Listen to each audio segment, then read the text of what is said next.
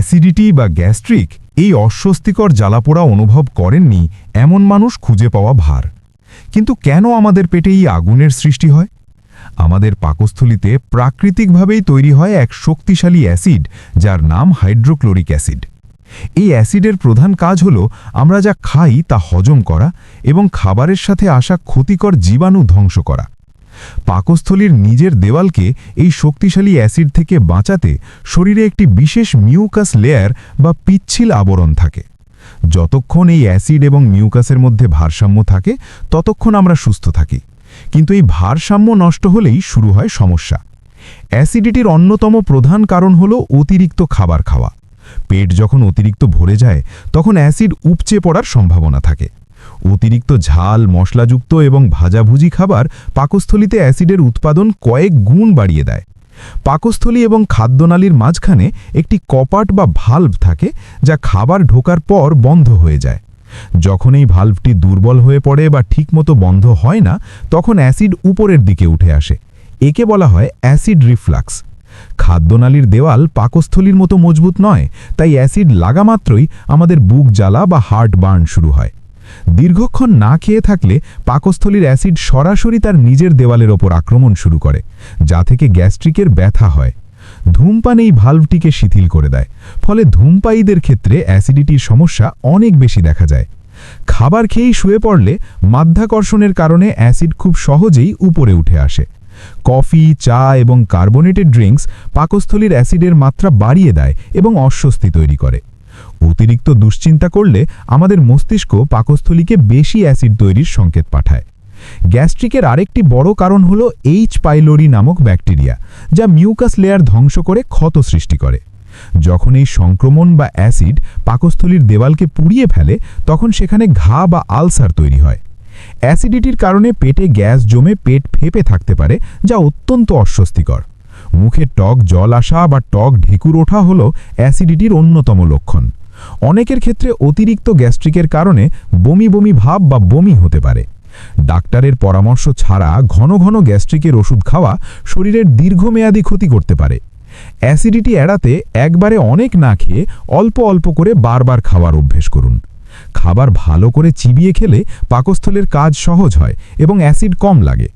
পর্যাপ্ত পানি পান করুন, তবে খাওয়ার ঠিক মাঝখানে খুব বেশি পানি না খাওয়াই ভালো। ঘুমানোর অন্তত 2 থেকে 3 ঘন্টা আগে রাতের খাবার শেষ করার চেষ্টা করুন। বাম কাত হয়ে ঘুমালে পাকস্থলী খাদ্যনালীর নিচে থাকে, যা অ্যাসিড উপরে উঠতে বাধা দেয়। আদা অ্যাসিডিটি কমাতে এবং হজম শক্তি বাড়াতে জাদুর মতো কাজ করে। ঠান্ডা দুধ পাকস্থলীর অ্যাসিডকে নিউট্রালাইজ করে তাৎক্ষণিক আরাম দেয়। কলা একটি প্রাকৃতিক অ্যান্টাসিড হিসেবে কাজ করে এবং পাকস্থলীর জ্বালাপোড়া কমায়। জিরে বা জিরে ভেজানো পানি হজম প্রক্রিয়াকে ত্বরান্বিত করে এবং গ্যাস দূর করে। খাবার পর কিছুক্ষণ হাঁটাহাঁটি করলে হজম দ্রুত হয় এবং গ্যাস জমার সুযোগ পায় না।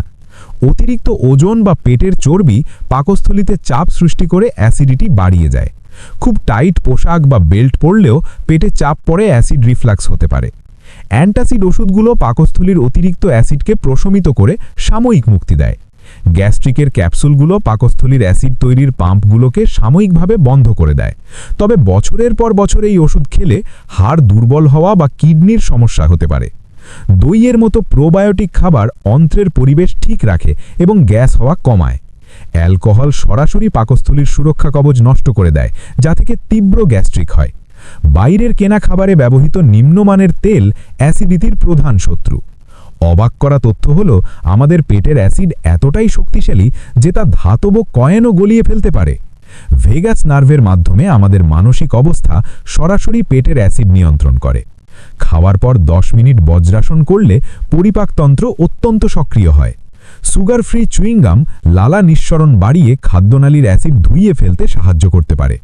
অনেকের জন্য পুদিনা বা মিন্ট অ্যাসিডিটি কমিয়ে দিলেও এটি ভালভ শিথিল করে রিফ্লাক্স বাড়িয়ে দিতে পারে। খালি পেটে লেবু বা টক জাতীয় ফল খেলে সাময়িকভাবে অ্যাসিডিটি বাড়তে পারে। কখনো কখনো বুক জ্বালা না হলেও অ্যাসিড গলায় উঠে এসে কাশি বা কণ্ঠস্বর পরিবর্তন করতে পারে। একে সাইলেন্ট রিফ্লাক্স বলা হয়। আমাদের লালা প্রাকৃতিকভাবে ক্ষারীয়, যা খাদ্যনালীর অ্যাসিডকে শান্ত করতে সাহায্য করে। বালিশ দিয়ে মাথা এবং বুক কিছুটা উঁচুতে রাখলে রাতের বেলা অ্যাসিডিটির যন্ত্রণা থেকে বাঁচা যায়। কোমল পানীয়র গ্যাস পেটকে ফুলিয়ে দেয়, যা অ্যাসিডকে উপরে উঠে আসার জায়গা করে দেয়। ঘরোয়া উপায়ে তৈরি আচার বা ফার্মেন্টেড খাবার হজম এনজাইম বাড়াতে সাহায্য করে। শরীরে পানির অভাব হলে পাকস্থলীর অ্যাসিড অনেক বেশি ঘন এবং ক্ষতিকর হয়ে ওঠে। কাঁচা রসুন বা পেঁয়াজ অনেকের ক্ষেত্রেই গ্যাস্ট্রিকের ব্যথা ট্রিগার করতে পারে। অতিরিক্ত লবণ খাওয়া পাকস্থলীর মিউকাস লেয়ারের ক্ষতি করতে পারে। গর্ভাবস্থায় হরমোনের পরিবর্তন এবং গর্ভস্থ শিশুর চাপের কারণে অ্যাসিডিটি হওয়া খুব স্বাভাবিক। ব্যথানাশক বা পেইন কিলার খালি পেটে খেলে পাকস্থলীতে ক্ষত বা রক্তপাত হতে পারে। ইসবগুলের ভুসি বা ফাইবার জাতীয় খাবার অতিরিক্ত অ্যাসিড শুষে নিয়ে আরাম দেয়। গ্যাস্ট্রাইটিস হল পাকস্থলীর ভেতরের আবরণের দীর্ঘমেয়াদী প্রদাহ, যা অবহেলায় করলে বিপদ হতে পারে। বছরের পর বছর অ্যাসিড রিফ্লাক্স চললে খাদ্যনালীর কোষে পরিবর্তন আসতে পারে, যা ক্যান্সারের ঝুঁকি বাড়ায়। প্রতিদিন নির্দিষ্ট সময়ে খাবার খেলে পাকস্থলী আগে থেকেই প্রস্তুত থাকে এবং অ্যাসিডের ভারসাম্য বজায় থাকে। ডাবের পানি একটি প্রাকৃতিক ইলেকট্রোলাইট, যা পেটের পিএইচ লেভেল ঠিক রাখতে সাহায্য করে। মৌরি চিবিয়ে খেলে বা এর পানি পান করলে পেটের পেশি শিথিল হয় এবং গ্যাস কমে। অ্যালোভেরা জুস পাকস্থলীর ক্ষত সারাতে এবং প্রদাহ কমাতে অত্যন্ত কার্যকর। স্ট্র দিয়ে পানীয় খেলে পেটে অতিরিক্ত আবাস ঢোকে, যা গ্যাস এবং অ্যাসিডিটি বাড়িয়ে দেয়। মনে রাখবেন, আপনার পাকস্থলীর কোনো দাঁত নেই, তাই মুখেই খাবারের কাজ অর্ধেক শেষ করুন। ডার্ক চকলেট স্বাস্থ্যের জন্য ভালো, কিন্তু এটি অনেকের ক্ষেত্রে অ্যাসিড রিফ্লাক্সের কারণ হতে পারে। একটি সুস্থ জীবনযাত্রা এবং খাদ্যাভ্যাসই পারে আপনাকে এই চিরচেনা গ্যাস্ট্রিকের যন্ত্রণা থেকে মুক্তি দিতে। আপনার পাকস্থলী একটি শক্তিশালী যন্ত্র, একে সঠিক জ্বালানি দিন এবং যত্ন নিন। পরিপাক প্রক্রিয়া প্রকৃতির এক অসাধারণ উপহার, একে অবহেলা করবেন না। গ্যাস্ট্রিক কমাতে আপনি কোন ঘরোয়া উপায়টি সবচেয়ে বেশি ব্যবহার করেন আমাদের কমেন্টে জানান। ভিডিওটি ইনফরমেটিভ মনে হলে লাইক দিন এবং অন্যদের সচেতন করতে শেয়ার করুন। স্বাস্থ্য এবং বিজ্ঞান নিয়ে এমন আরও ভিডিও দেখতে আমাদের চ্যানেলটি সাবস্ক্রাইব করে সাথেই থাকুন। ধন্যবাদ।